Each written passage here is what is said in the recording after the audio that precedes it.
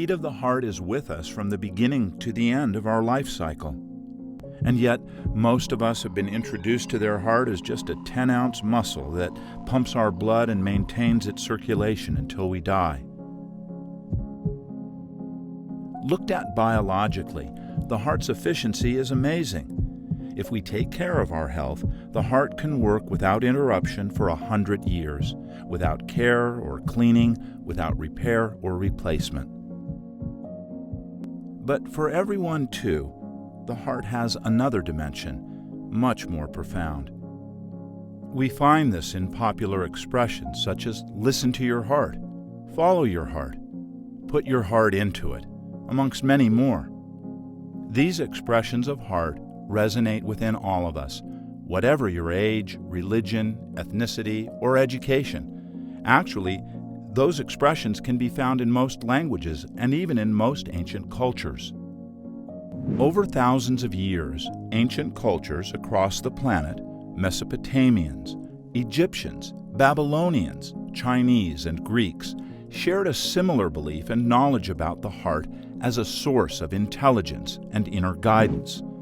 They perceived that the heart is capable of influencing and directing one's emotions, morality, and decision-making ability. Modern science is showing us that what has been said for thousands of years is true. We now know the physical heart is an information processing center in the body, sending important signals to the brain and the rest of the body.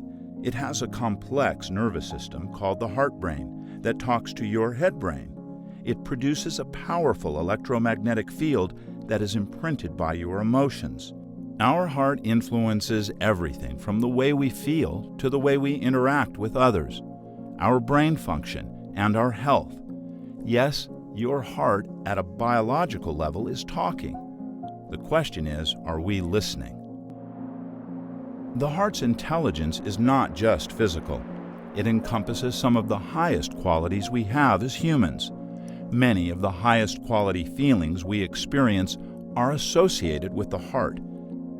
They would include emotions like appreciation, care, love, kindness, patience, and compassion. Their transformational value is born from our energetic or spiritual heart, which affects the physical heart's information. The heart is also associated with a deeper source of wisdom, an intuitive knowingness that bypasses normal, logical, linear thought patterns. This is often called the voice in the heart, and known to support us with much better choices and direction throughout life's interactions. Our heart's intuition is the voice of our true, authentic self. When we're in connection with that part of ourselves, that's when we're able to move beyond our limitations and accomplish things that can surprise us. Qualities of the heart are usually talked about in terms of the emotions that we feel. Love and care and compassion, appreciation, those type of emotional qualities are often associated with heart. But also there are others, like our nobility, dignity, honor, courage, kindness, patience. All of those are what I call the qualities of the heart. And when we manifest those qualities in daily life, life treats us differently. It feeds back to us differently. And we put out those kind of qualities in our daily interactions, life is generally going to reward us in a completely different way. To me, the most powerful quality of the heart is love itself. So if you could see an entire rainbow, and love was all the colors of that rainbow, you could break down every quality of the heart inside the color spectrum of that, whether it's care, compassion, really powerful one, because that helps not only you liberate yourself from the stress, and it helps healing, but it helps others and lifts them. We can take charge of how we feel more than we may think. And so learning to connect with these heart qualities, activate them, nurture them, actually send different signals from the heart to the brain that change how we perceive and give us more ability to choose how we respond to situations that are best for ourselves and others. Quality of the emotions we experience, things like compassion, appreciation, or gratitude, just feeling good, that the heart sends a very different type of signal to the brain than when we're feeling stressed or things like impatient or frustrated, anxious, these types of things. When we're working with the military and things like courage, dignity, honor, those are core heart qualities that help lift them. When I'm working with healthcare, compassion, care, kindness, those are heart qualities that equally lift one's nature. But you just have to be honest with what's meaningful to you. So now we're starting to have a scientific understanding that these higher quality emotions that people have always associated with the heart really do affect the way the heart beats and the quality of the neural signals being sent to the brain, which it then interprets. And so I think it's important to understand that, heart is about a lot of things. Certainly it's about intuition, certainly it's about the physical heart, but it's also about these amazing heart qualities that lend themselves to providing the richness and fulfillment that we all deserve.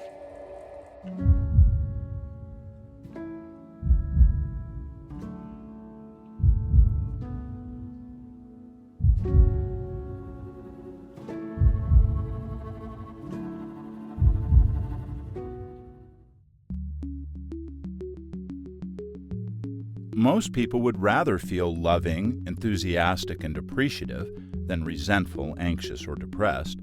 But often the world around us seems to be spinning out of control, and despite our best intentions, it's hard for anyone to maintain their emotional equilibrium.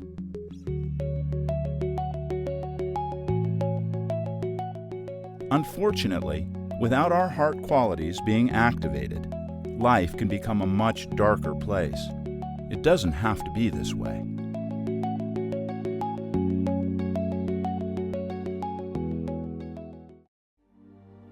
Right now, let's connect with the heart by doing heart-focused breathing.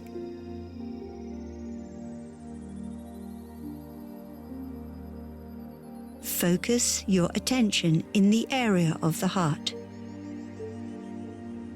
Imagine your breath is flowing in and out of your heart or chest area, breathing a little slower and deeper than usual.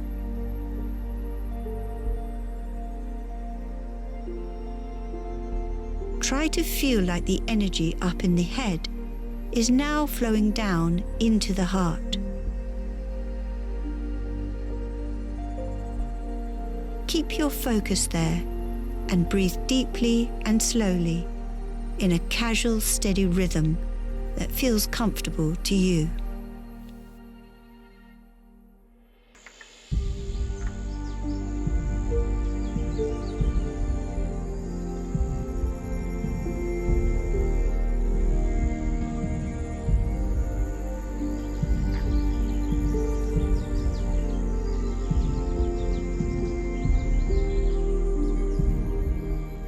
It's given me lots of opportunities to choose alternative options when dealing, especially with teenagers. There were times that teenagers know a way to incite an inflammatory response, and just taking that moment to stop and breathe for a second, I at times felt like I had a personal coach on my shoulder that would say, or you could say it this way. And that was quite amazing to be able to not respond in what my children expected, but to give them an example of how to react and respond from care rather than the typical hysterical parent.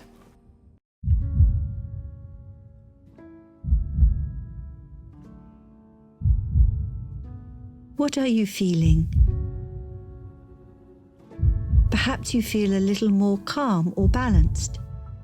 This simple heart focus exercise is just a first step in your new relationship with your heart. There's more to come.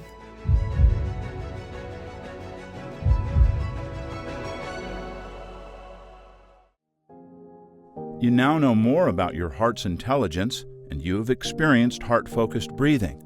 In the next chapter, you will learn more about the science of the heart.